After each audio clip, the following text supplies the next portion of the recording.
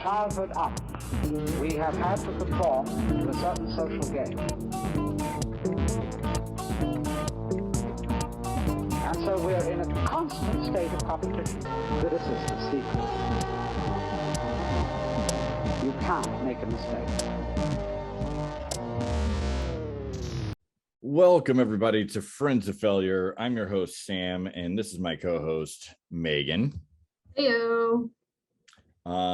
Hey, today I want to introduce you guys to a really incredible and amazing guest, and that's Sam and Megan once again. Yeah, that's us. Oh, God. Right. We just lost like 8 people because their brains exploded, right? Or they're like, this shit again, and then Oh, I was really hoping they had like another detective or a, rock climber or a. Oh, God, if I started listing all of them, I would just like people would be like, oh wow, take the up whole the rest episode. of the episode. Yeah, the whole episode was him listing off from episode 1 every person that had been on the show. We could do a filler episode. Hey, everybody, welcome to the filler episode. We're gonna recap every episode we've done. Someday we'll eventually do that, or we'll just have someone super edit clips and be like, there we go, we went on vacation, sorry. But not today. I do think I have to point out something that I think it's a good thing. I think it's kind of funny, but it's the other day we had a Zoom meeting and we were kind of matching, and then today we get on here not planned and we're both doing the white on black or the white and black or whatever. Yeah, I don't know what's happening, what Twilight Zone we've fallen into, but twinning or something. Yeah, dude. I will tell you this. I was working out with a buddy of mine yesterday morning, and I was looking at him and I looked at what I was wearing. I was like, bro, we're matching. Our color scheme was almost exact. The difference was he's wearing shorts, I'm wearing pants, whatever. But I was just like, okay. You're the problem. You're vibing too much with people's energy when you get dressed. I'm just in the flow, as me and my brother call it, the natural flow of, you can call it the river, right? The river of energy that is existing. And, that's a rabbit hole we don't have to go into. Existential right out the gate. I like it. I do like to think we're all connected, even if it's just matching our clothes. And that's it. That's as deep as it gets, people. There's nothing after. There's nothing. No, I'm kidding. How you been doing? It's yet again for a lot of people spring break, and today has been 35 degrees all day. Yeah, I would say time has been weird, and I don't know, I'm feeling like my life has been a weird Lifetime movie-esque kind of series of events. Sorry to almost make you spit out your drink. No, well, I was like, man, that could get real dark real fast. Someone's about to get murdered, or it could be a Christmas special and little Timmy gets his dream gift or whatever. It's kind of neither. It's the trope of they're trying to steal the farm, kind of shit. Long story short, I have family that owns property in very rural Oklahoma, and they're about to lose it all, and it's been this weird battle of David and Goliath, if you want to get biblical, of can we keep the family farm, because they're middle class people, that's all they have is their land, so it's hard to deal with, but also at the same time you're is this real fucking life? Is this actually happening right now? Are you allowed to go into details, or is that as far as we can really go with it? I mean, legally, I don't know. I will have to ask my lawyer, which is me, and that lawyer is going to have to do some research. But I'll keep it. The general gist of it is eminent domain is being practiced on a piece of land that's been in my family for over 100 years. We did the research, tracked it down. It's been passed through generations, and there's not much you can do on eminent domain, which if you don't know, that just means the government can take it because they need the property to build some kind of infrastructure or blah blah blah or whatever. So For progress. yeah, I'm gonna be accepting title names for that awful Lifetime movie. It's yeah. God, I hope I get to be in it as like you know how like there's characters in a movie and whenever the end credits go up, like they don't even have a name. It's just Yeah. like guy on computer screen and then it's like Sam Bittner and I'm like, oh my God, I was in a Lifetime movie. It'll more realistically either be General Farmer number 1 or Politician number 2, like something like that. All right. Because those are like the only things that play. Man, I would have to like change my whole look probably, but we're thinking big picture. I will say that, depending on your mentality, usually Lifetime movies work out because it's meant to make you feel good, right? And then we saved the farm and Santa bought it and now we grow Christmas trees or some shit. Yeah. Right. Okay. I'm good with that. Is that how we're going to end this movie? Okay. That's how they end every single Lifetime movie. It's a Christmas tree farm. Santa was your dad the whole time. I don't know. Like the whole movie had nothing to do with Christmas, but at the very end, they just used like, Santa gotcha. Claus. Holy crap. It's really strange, right? Because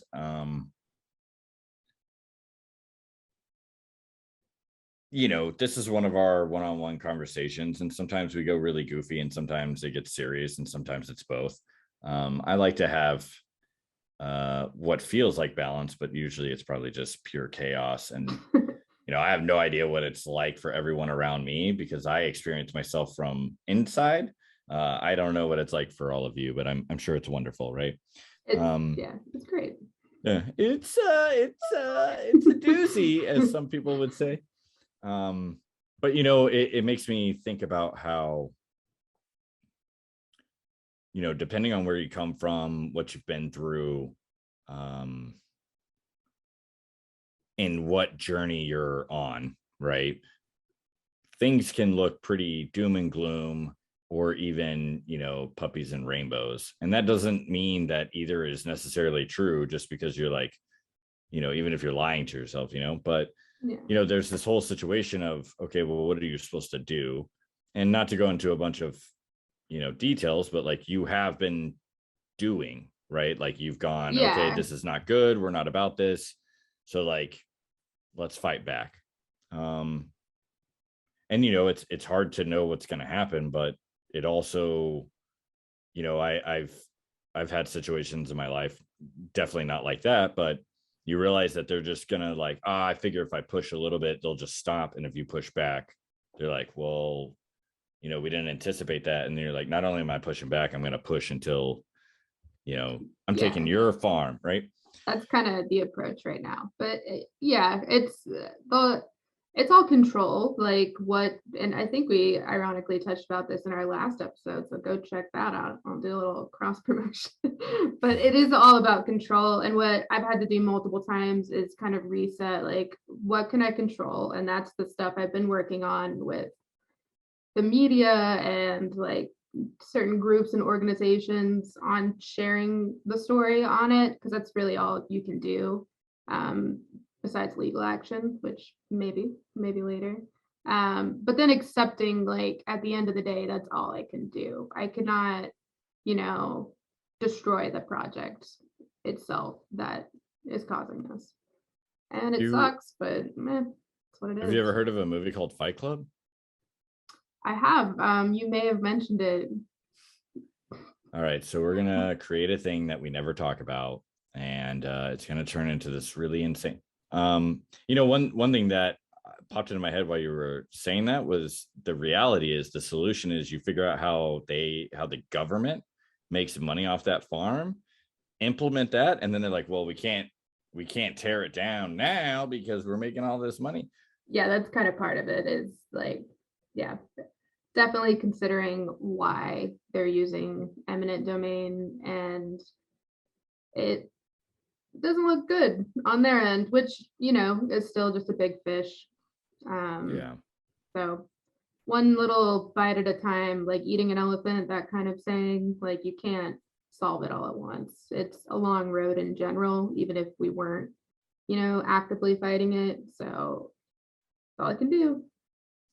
Yeah, it's pretty wild. The system in place, I feel like it's everywhere. I think yes, you know everywhere has kind of a different version, but there is like systematic things put into place that create the illusion of limitation. Um, and I am not saying that people aren't in some really messed up situations, or there are people that have maybe like a golden toilet, right? Like they're like doing well. But I also am saying that it's kind of relative. There are people that thrive in really harsh environments, and there are people that can't handle existing in the perfect conditions. And so what's strange to me is that it's like, what do we all have um the same in terms of, we do react differently to situations and environments, but the one thing that seems apparent is that they try to keep us dumb, they try to keep us weak, whether it's like diet or lack of understanding of the body working. um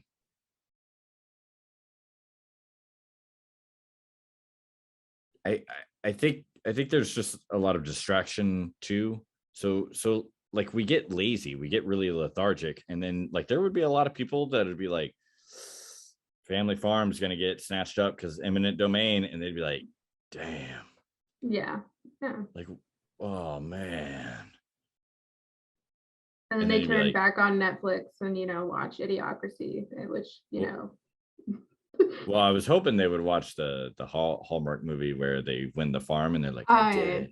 that's also entirely possible. And you're right on all of those things. Like there's a separation of power, if you want to call it that. Um, and it kind of leads into our lovely little topic. We went light. We just want to discuss the American dream, the concept of it, in relation to our topic, and how great it still is.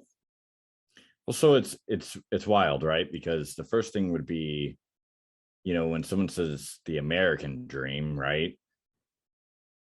Here we get kind of taught that everyone references the American dream, and I guarantee you there are people everywhere globally that are like, F the American dream because of whatever their perception is.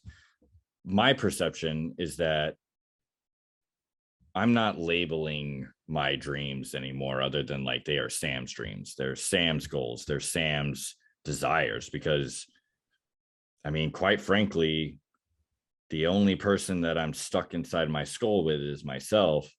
And why would I care about pursuing somebody else's dreams? I want to work on my stuff, right?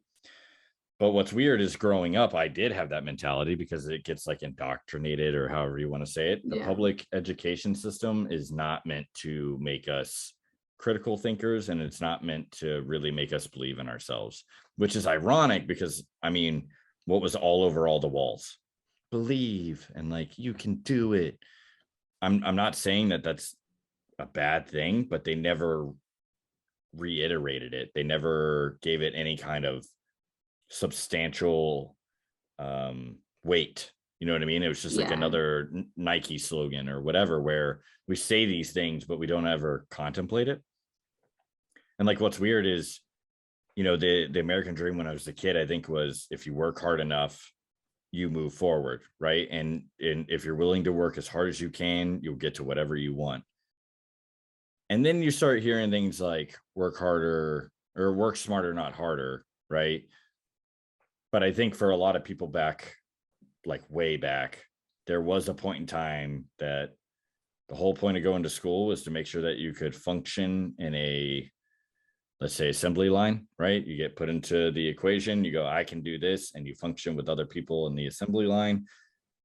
War is a weird thing. And so I understand some of the history of like maybe how we got here, but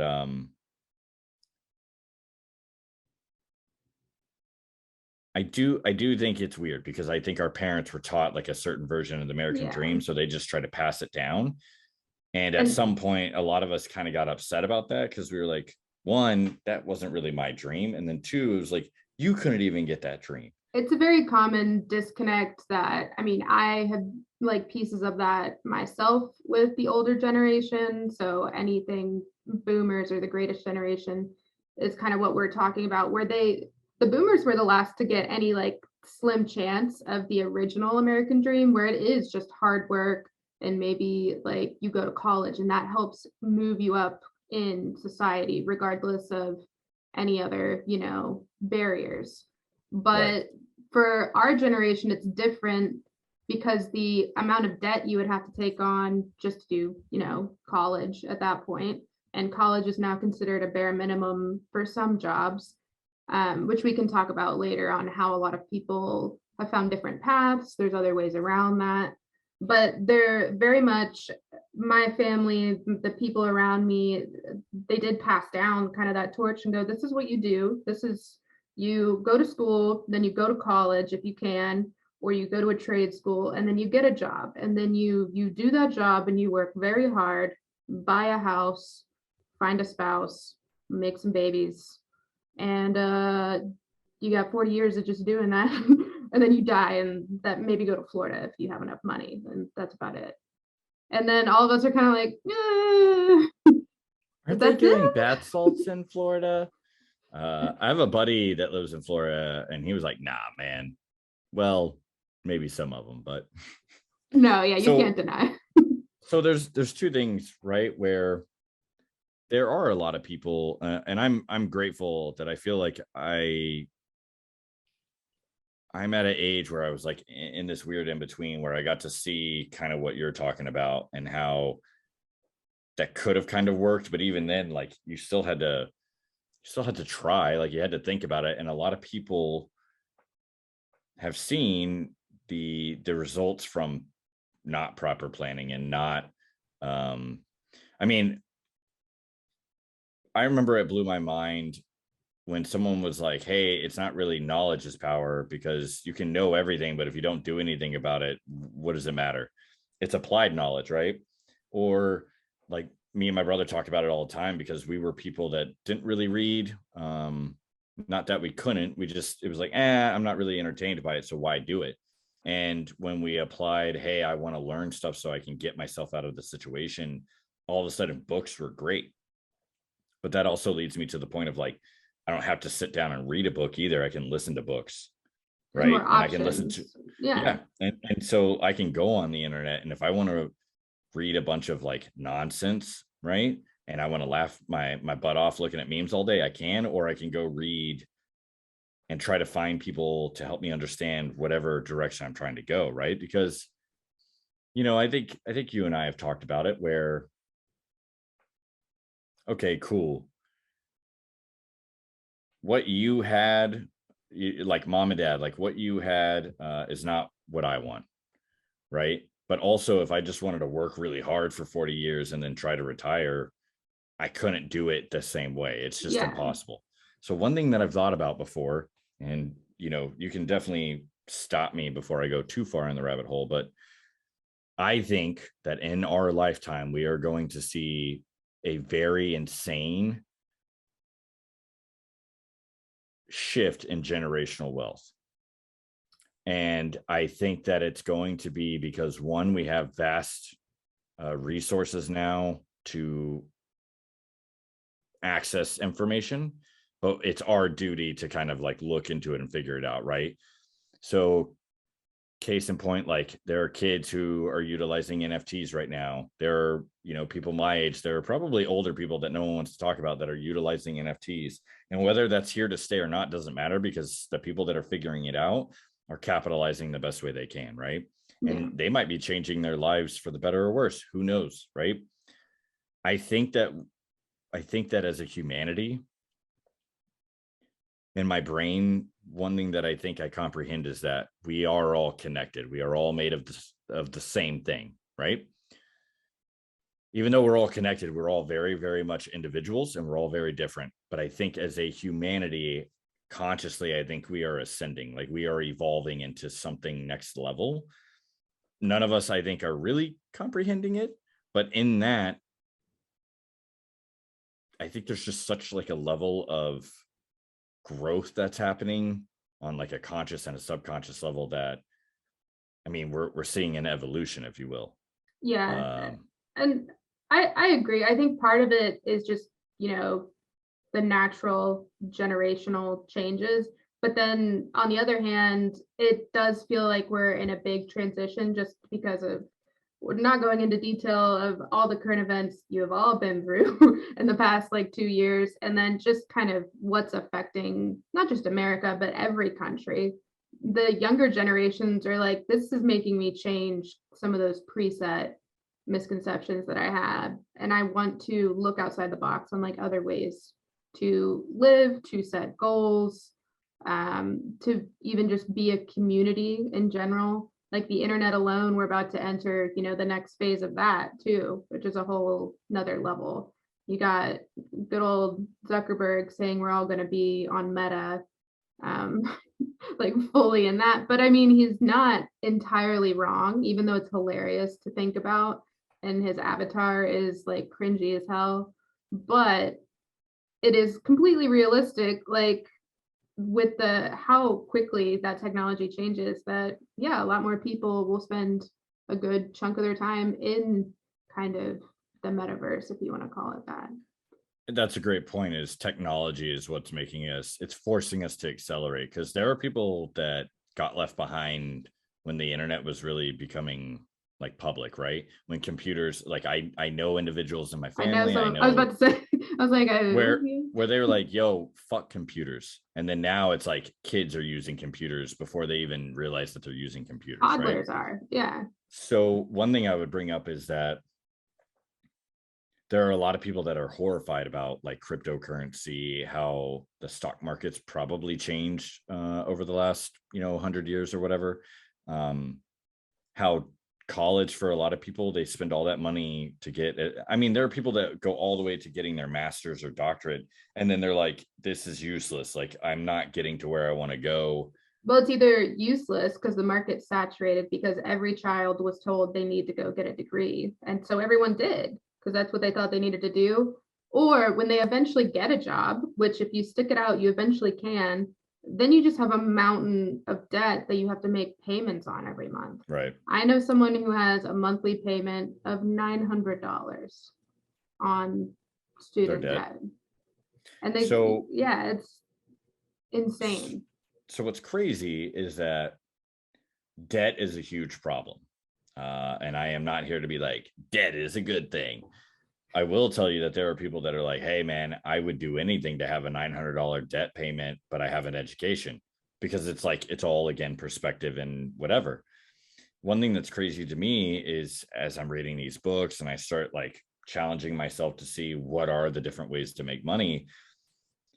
Unfortunately, I can't remember where it's at, but it's not the Philippines. It's somewhere in that area. Maybe it is the Philippines. There's like a whole village of people that it's play to earn. And so they're playing these games and developing these characters, and then they're like able to sell these characters for Ethereum. And then they take that Ethereum that they earned and they convert it to, whatever, like currency, right? And Ethereum right now is pretty high up. So obviously it's just like with Bitcoin. I'm not going to go and buy one whole Bitcoin. I'm buying fractions of it. That's what's happening, is they're earning fractions of Ethereum, which is fairly large.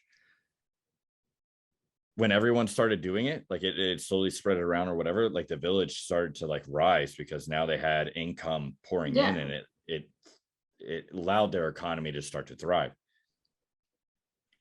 It's all very scary and very weird. And yes, is there potential that things get real messed up real quick, and then we're all just these weird metaverse. I don't even want to think about the negative. The positive would be, though, is that we get to a point where a lot of people are talking about it now. We are not just meant to be born, and then work. So it makes me, the negative I'll sum up, it's the people from WALL-E on the spaceship that are just strapped into their little like scooters, and they're like constantly, that's the negative, is we have to leave Earth because we have tuned so much into the internet or the metaverse or whatever. I mean, that horrifies me. It is scary. Yeah. It freaked me out when the movie came out and people didn't actually think that could happen still. And now we're kind of like looking at the seed that could be planted. Yeah, and then the second, I'm just referencing like movies over and over again, but this is a TV show. More Star Trek is about like a post-consumerism society. So everyone, your basic needs are taken care of because you don't need to earn an income, which that idea is extremely scary to everyone. I get it. I don't know if it'll ever happen in our lifetime, but that is kind of like at the end, people all kind of agree, oh, everyone should have basic access to food, water, medicine without us, using money for that. But jumping way ahead though, like we're in this weird transition of where we're all realizing I don't want to just make the bag and get like a shiny car. That would be cool for some people, and that there's nothing wrong with that because the car is fun. Do you? Or it's whatever makes you feel fulfilled or happy, which is changing all the time. But those are all like materialistic or consumeristic kind of ideas, which once again, I'm not gonna like bastardize or say that they're wrong, but most people who go on a journey like we're trying to go on, like anything of growth from within or professionally or whatever your focus is, can see that only goes so far. Everyone's heard the story of the super rich guy who was nothing but depressed. He had everything, but he had no meaning or purpose or something like that. Yeah.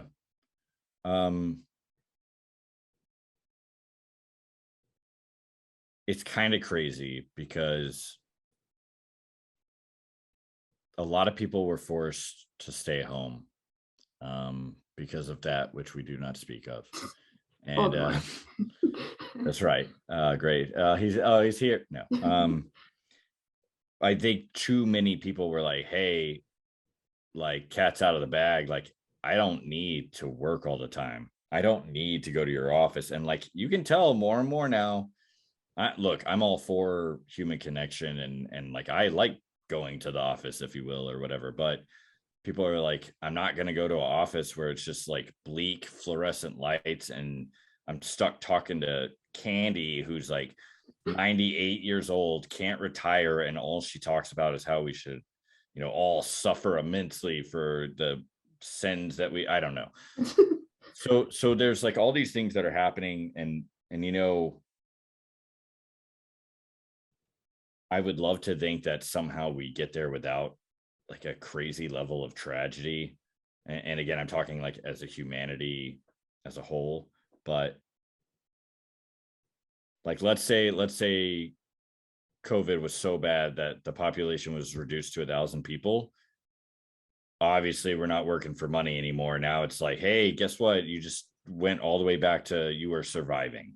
Yeah, that's like, let's go back to the Stone Age because we can't run any infrastructure anymore. Like, but people talk about what makes you like, okay, so you think that out of 1,000 people being left, let's say they have a chance of repopulating the planet and like whatever, you think that they won't end up right back where we are?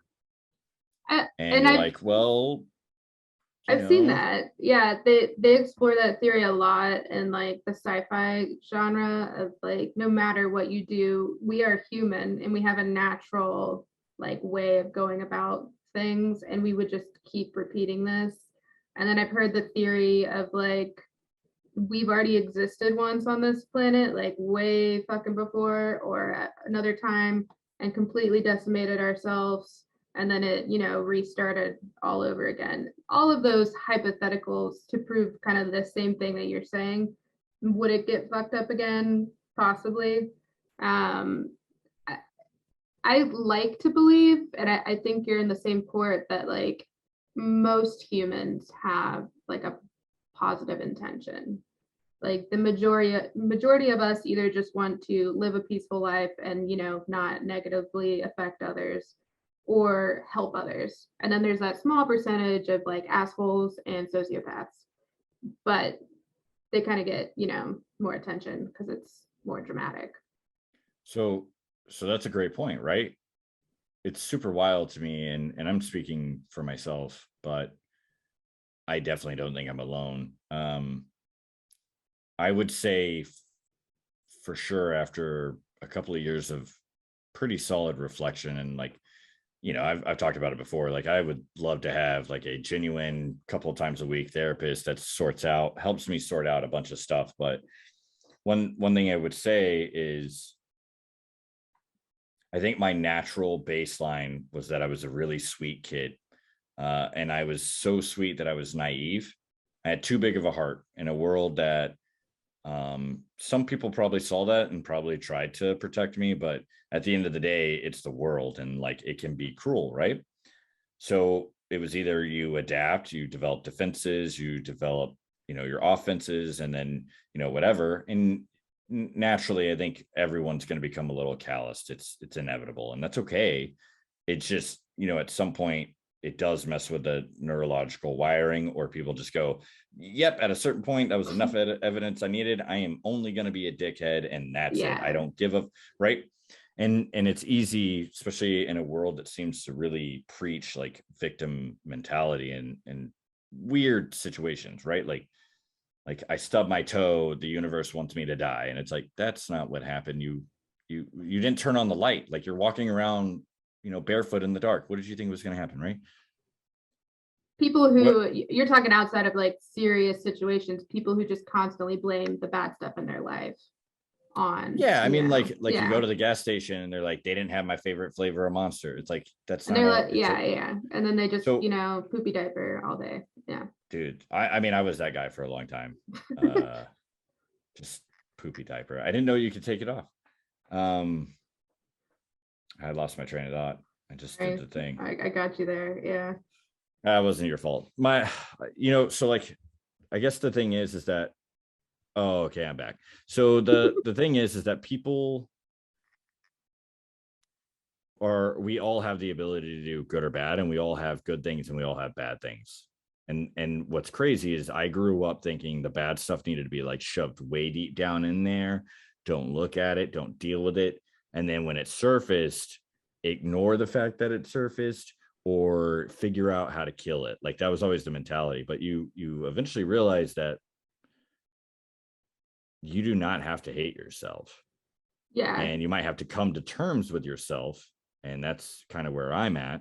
But all that time that I thought self-destruction was a good thing, it wasn't, right? And it kind of made things worse. However, it also led me to a point where I was like, wait a minute. And I started to ask the right questions. So I think what happens, in my opinion, is that there are a lot of people that when everything is good, right, and they're chilling and they're not being bothered, I think they're like, okay, yeah, I do want to do good things. They don't have to work at it. They don't have to do anything. They just have to go, I do want to do good stuff. As soon as you take away their drugs, as soon as you take away their comforts, as soon as you take away like anything. It's the crutches is what it is. And I'm going to give you an extreme example. I was listening to My Favorite Murder, which shout out, fucking love that podcast.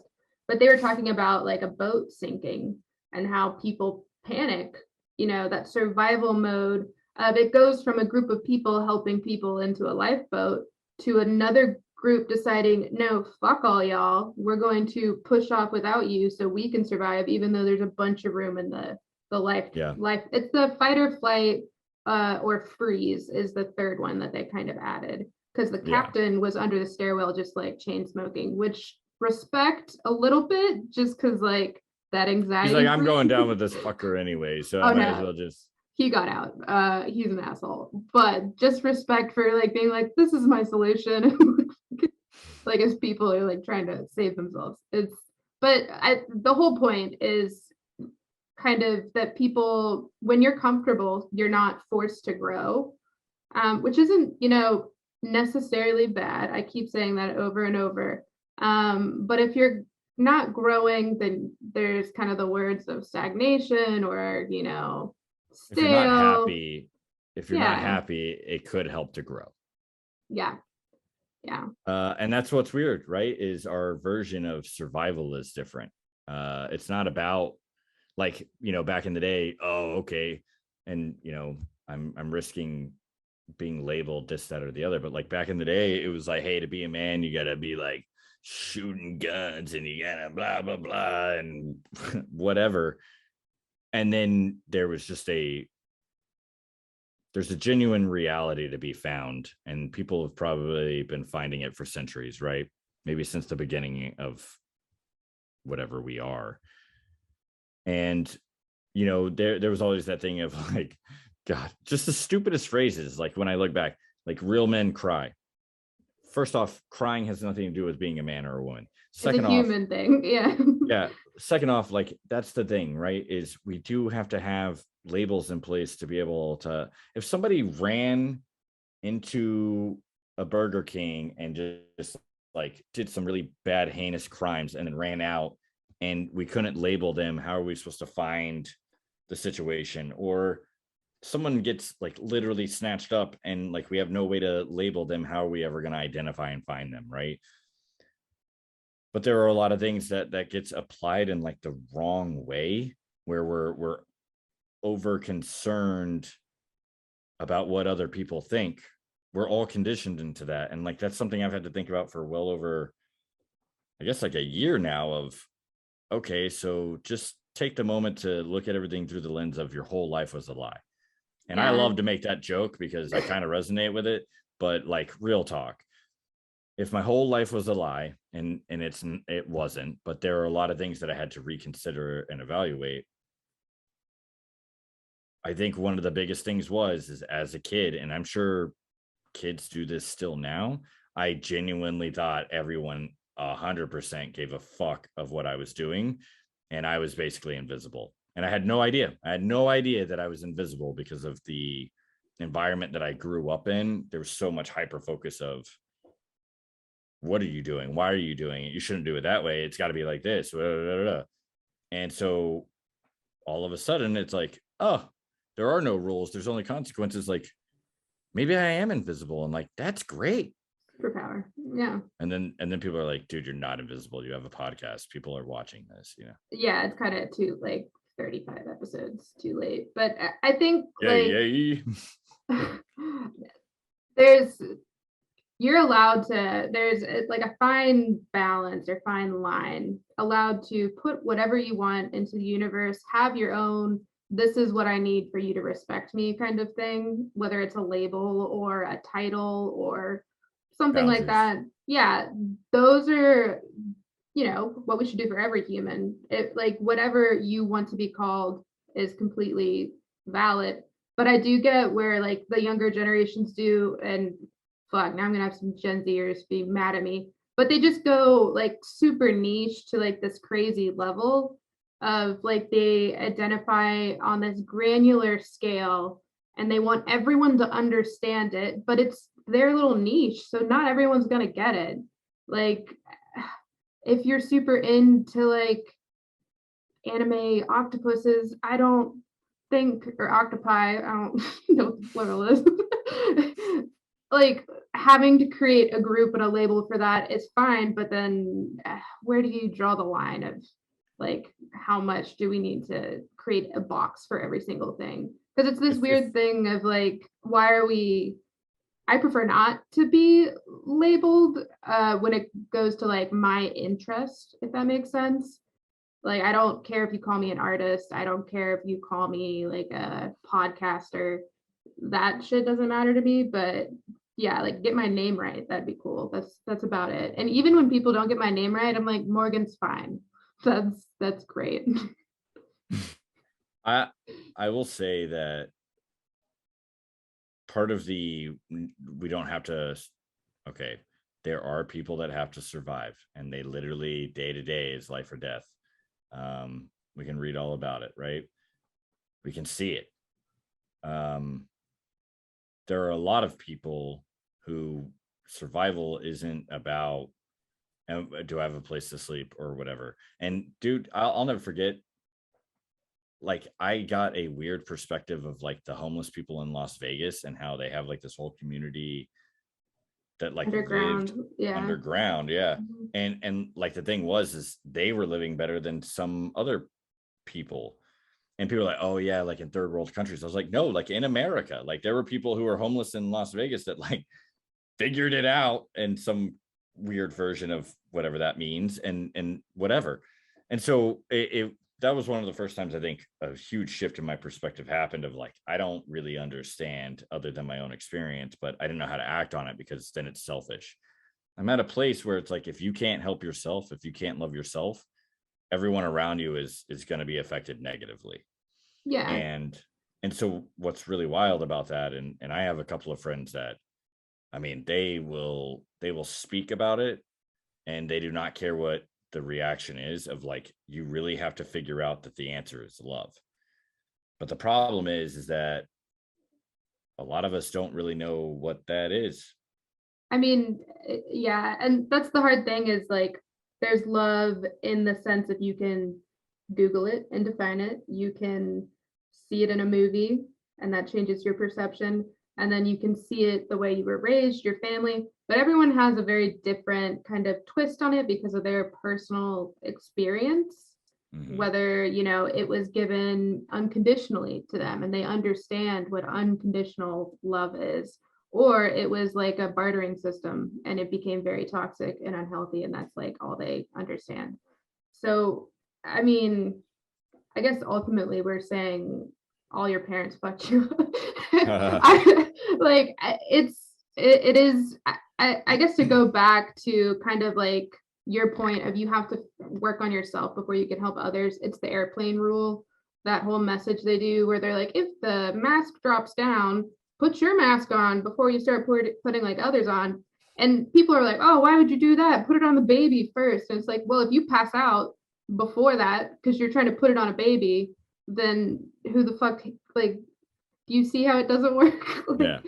And I I guess kind of like for this whole topic and episode, the American dream is what you make it. It's what you define it to be. I think some parts of it are valid, even though I do agree, like parts of it are very dead.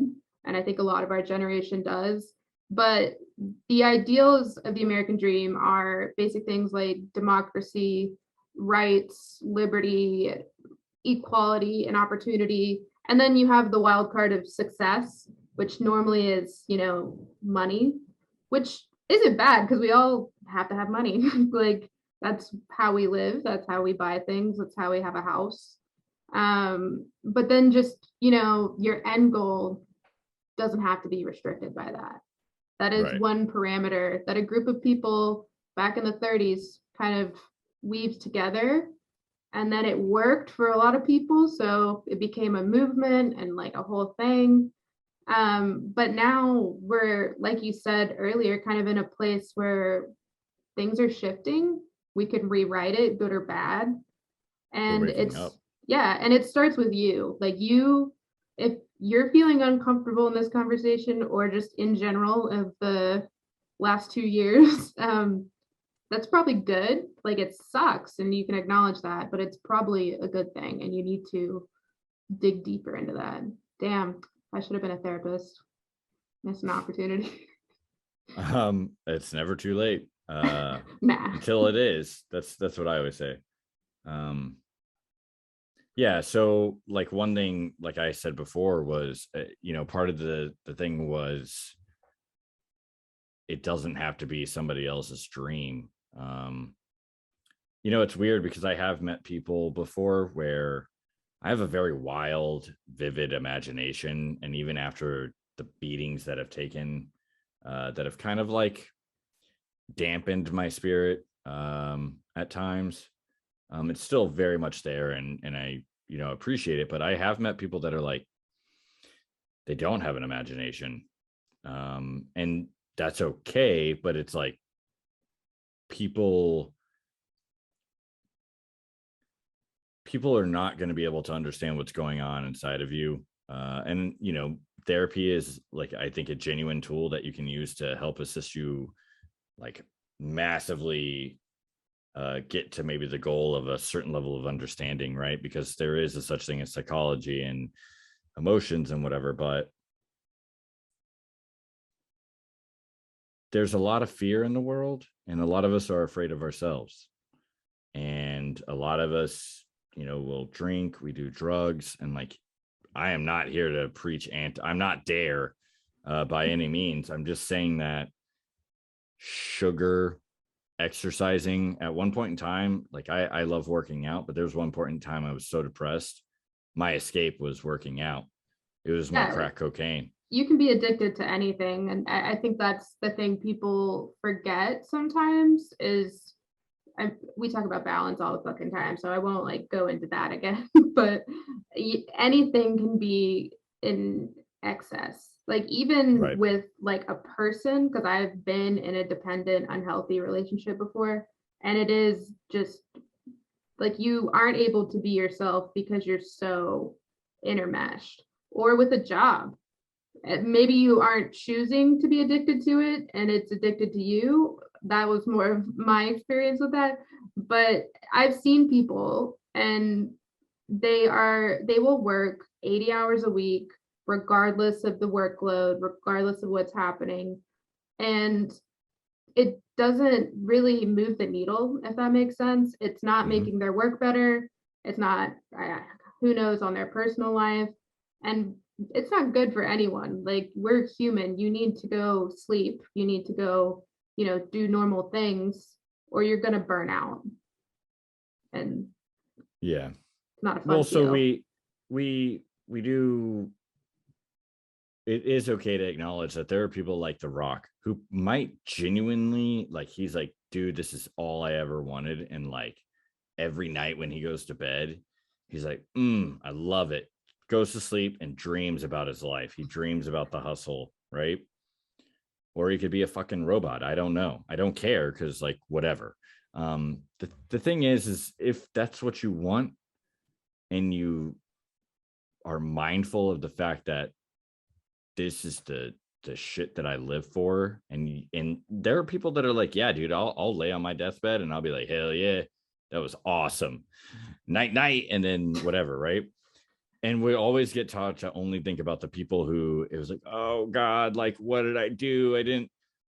A lot of those stories, it's not because they went and made a bunch of money or they worked really hard and they were like, I regretted working. It was just they didn't do something that was worth doing the work, or that was important to them, like they did it too late. Yeah, right. Like, obviously, if you're working a job where you hate everyone you work with and you hate yourself and you whatever, but a lot of people would argue that if you start following a certain path of, let's say, balance, right, spirituality is going to be a part of that in some form or fashion, and eventually you'll come to find that if you can find your balance and find your zen, I mean, you could be in some really fucked up situations and be okay. I mean, think about how, like, you and I have conversations where we'll be sitting there and we're like, dude, this place is kind of messed up. And there's certain things that kind of trigger me, certain things that trigger you, where you're just like, I don't want to have to fathom the fact that this exists in reality.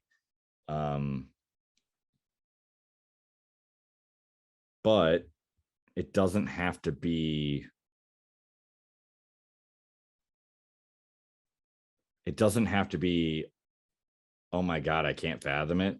And it doesn't have to be a good or bad thing either. So there are certain things that, really, really bother me.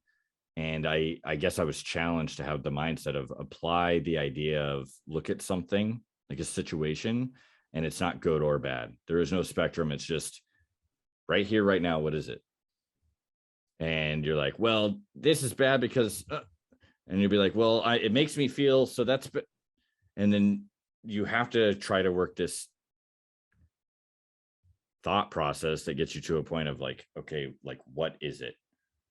And it gets like really step weird. one, you want to try to find a way to like unbiased look at something.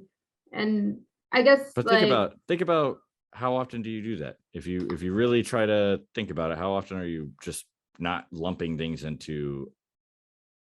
I mean, the only times that I do it would be journaling or therapy or when you're like forced into a like game or not, sorry, an exercise, right? Where you're like, hey, I'm being mindful and I'm practicing something, right? Yeah, like when I either need to, I say journal, but it's more of like I just write shit. It like flows out like hot lava, and like that's how I process it. And then afterwards, I look at it and go, "Ooh, that was spicy. I need to like figure out what's going on there." And then the therapy part is like someone can call you out, basically. Like, and it's not the same as when you do it with a friend, because a friend cares about you, loves you, and Hopefully. they're gonna be, you know, a little like one-sided typically. They're gonna either, you know, root for you, or they see you in a hard spot and don't want to like make it worse by going, by the way, that's shit. Like kind of that thing. But a therapist will be like, hey, that's super unhealthy of you, or hey, you're completely valid. That is okay. Checks out by me. So yeah, but it goes back to the theme of you start with yourself. I start with like writing something, which I know you have kind of done that in the past too, where you just, you know, put it on paper and then you step back and go, what the fuck is this? And then from there, bring in friends, counsel, whatever your method is. Yeah. I always call it free writing because it's like, hey, it's just meant to be. Yeah. But sometimes, man, you look back and I mean, I've read stuff that I've written and went, I don't remember writing that because, you know, it's years and years old, right? Yeah. But then the other thing is you're not 100% sure what you were talking about, but it's definitely stuff that, you know, you're like, oh my God, I like wrote that down. And then you just go, yeah, okay, whatever. Yeah. Whatever. Yeah. And Yeah, whatever. I had a friend that had another good method where their version, instead of like a straight up journal, was writing letters. And they would fill up this box with basically like hate letters, like fuck this job, fuck this boyfriend, fuck my mom, like all of these like things. And they were just, you know, all that negative purge. So it wasn't, you know, the unbiased stuff. But then afterwards, she was able to like, you know, look at it in a better light because you get the poison out. And she would just, you know, burn the letters when the box got full and then move on with her fucking life. I'm 99% sure that Abraham Lincoln did that. Oh my God. How did you know that's my friend? Abraham Lincoln. Yeah. I'm pretty sure I saw him because the top hat, you know. But no, like there is something to be said about that of, all right, dude, because I don't know, it's got to affect your conscious and subconscious by being like, look here, you mother. Bleep, bleep, bleep, Feels bleep, great.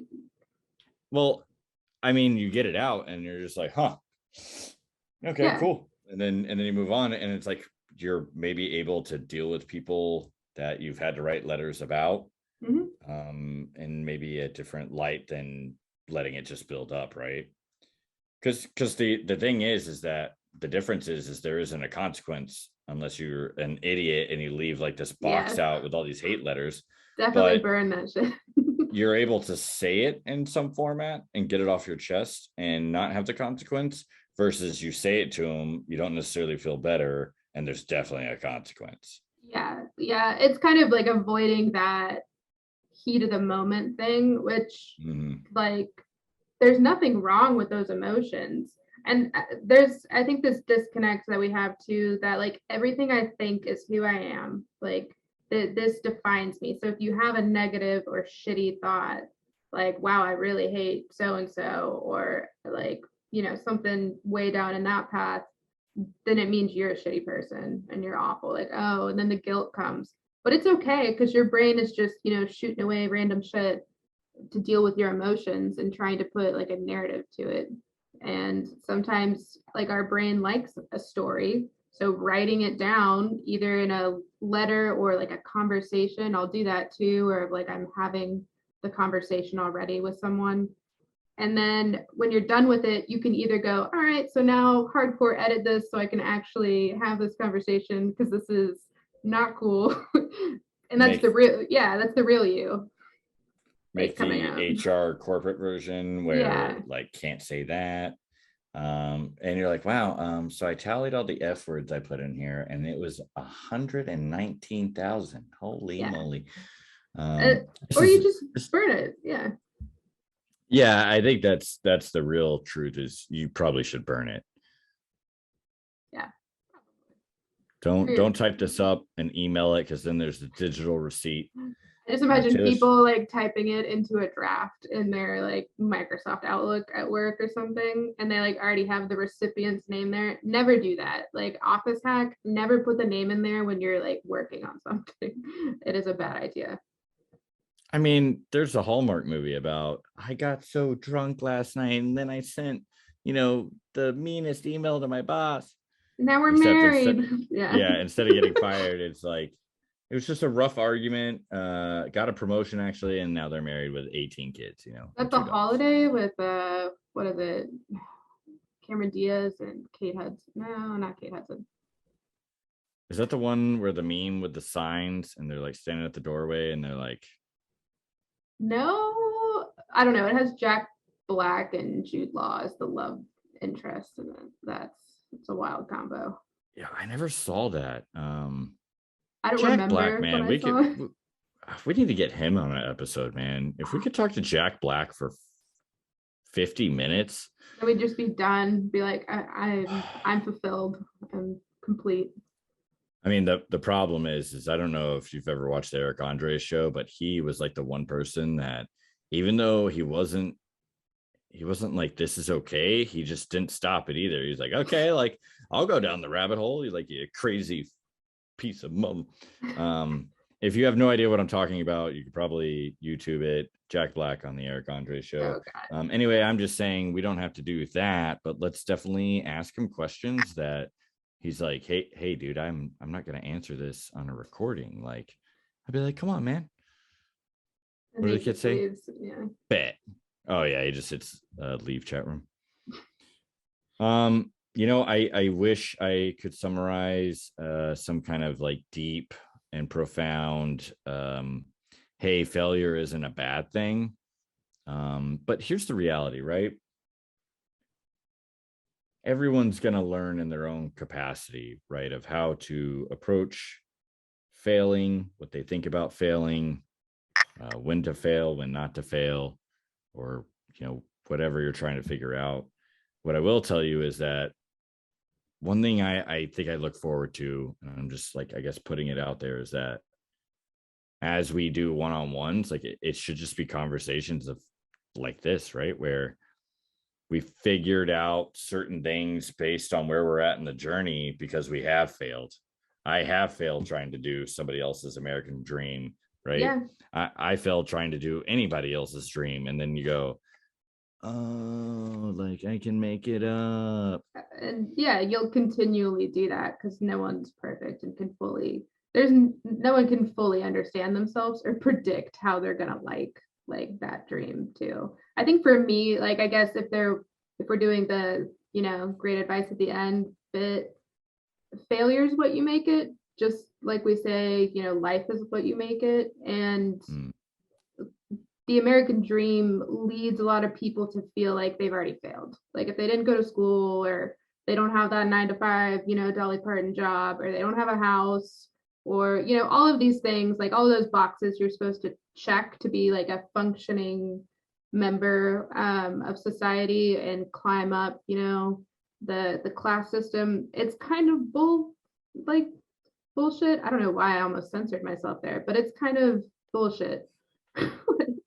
It's really whatever you want it to be. So if you're still kind of stuck in that, you need to focus on yourself, put your own mask on, your own failure mask, figure out what you already fucked up, if it matters or not, and then get going. Yeah, I do think that if you can figure out what you're good at and apply it to helping people, it'll lead you down certain roads, right? But like if you try to copy paste that with everyone, there are going to be people that are like, I'm really good at ripping people's toenails out, and you're like, well, how do you help someone with that? Which I'm sure a hangnail would be a great situation. Oh, God. it is pretty wild because sometimes I'm way more mindful of what's going on in my head, or just how I'm feeling, maybe like emotionally, right? And one thing that's interesting to me is the ways that we cope. I mean, there are some times that I'm just like, oh man, I kind of feel like none of this makes any sense. Like, how am I supposed to understand this? And then I just say it's all an illusion, and you're like, yeah, that makes sense actually. And then it's like, it's almost like in my head, I just assume we're all the product of something dreaming, and it's all just like a weird thought that's slowly fading into the void of nothingness. Hey, whatever lets you sleep at night. Oh, I don't sleep. I'm kidding. I And sleep this like is a where baby. we reveal all the problems. Yeah. Hey, so we did that thing again where like we started talking and then it like blipped, and we hit our mark. I blacked out, so I hope that was good for y'all. If only there was a way that people could tell us if they enjoy this or not. There is. Wow, that was smooth as butter. You can, blast our social medias. I ruined it. Ah, it's great. It's great. Keep going. You can find us on basically every social media platform at Friends of Failure, and tell us how much you hated this and how much the American dream is, alive and well. It's like a bunch of boomer hate on Facebook. All right, I'll stop myself. You can also email us, tell us your version of, the American dream, or just, a stupid little failure if you want, at friendsoffailurepodcast@gmail.com. And that's Megan's corner there. I was gonna go. Oh, you should have been like, back to you, Steve. I'd be like, Oh God, Steve, is that the weather guy? I don't even.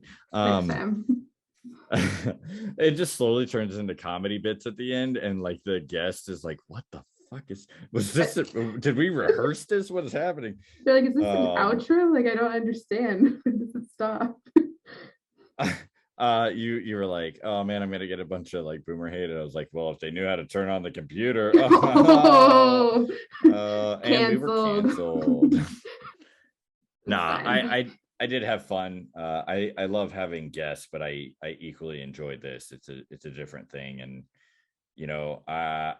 for anybody listening, Megan already knows this, but the realization is, of course, we would love to like entertain or provide some value, but I think when I really started to have fun with this was I just fully accepted that I'm doing it because I want to do it.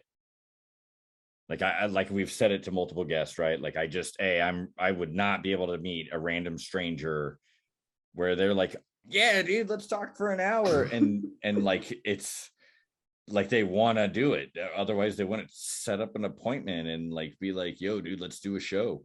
Yeah. Because you know how it is normally. Like if I went up to a stranger at a Walmart and was like, yo, dude, like, hey, we don't have to do it right now, but do you want to just like talk for an hour? Like, I don't know, a couple of Sundays from now? They'd be like, who the fuck are you? And I'd be like, I'm just a guy that wants to talk to you for an hour. And can I record it and like put it on the internet? And they'd be like, what? I love that approach, but also like I saw this TikTok of this girl in Florida, back to the fucking armpit of America. No offense, Florida. But she's like, I learned the lesson that don't talk to a crackhead. Like, there's a reason people say that, because he just wouldn't stop talking. And he, call me a fat bitch, like call me like it just kept fucking going. And she was like, but he has some truth too. So funny. But that's how I imagine your Walmart, scoping session going. We'll see. I've met some sophisticated people at Walmart one time. I haven't. My Walmart store. I was gonna say it was. Oh wow. No, I did think a long time ago. I can't believe we're ending on this note, but like that whole People of Walmart website, and you're like, I loved it. Like I was like, there's no way. And then you started paying attention at Walmart, and you were like, oh no, it's real. And but here's the thing, dude, is when you really think about it, it doesn't matter where you shop, you see that stuff. Like, I love how people are like, it's like Central Market. don't get me wrong, they have some like really bougie stuff that I'm all about it. And, you know, if there was one down the street, I probably still wouldn't go to it because I wouldn't be able to afford the bougie stuff that I would want. But they're like wealthy and not wealthy doesn't equal trashy and not trashy. No, You know what I I've mean? seen some trashy, like rich people. It goes around. The thing is that, again, you know, they're living the version of themselves that makes them 100% satisfied, you know, and like we just learned how to utilize that as entertainment. So I imagine a Karen like wine drunk at a bar, like yelling at people. but only wearing a like a Target bag as pants. Because she shit herself when she was Holy crap. Real positive note. I'm so sorry. What's funny is like we act like we can't edit this, but we could, and we're not. We're not going to though. This will definitely be in there. Well, no regrets. Hey, so I do want to say to everyone, thanks for joining us. Hopefully you enjoyed this. If you give us feedback, we'll do something with it. We'll congratulate you and tag your Instagram or whatever on our show, because that's enough to get people to do the. Sure. Yeah. Come on, man. Just 1 hour, a couple of Sundays for yeah. Thanks for listening. We'll see you next time. And just remember, life is happening for you, not to you. So go do something, man. Go shit in a Target bag.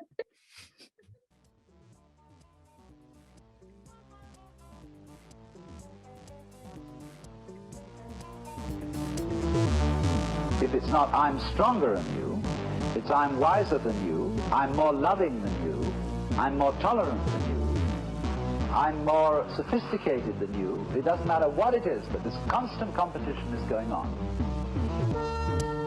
This is the secret.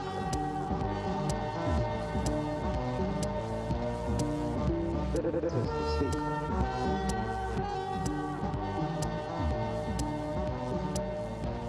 You can't make a mistake.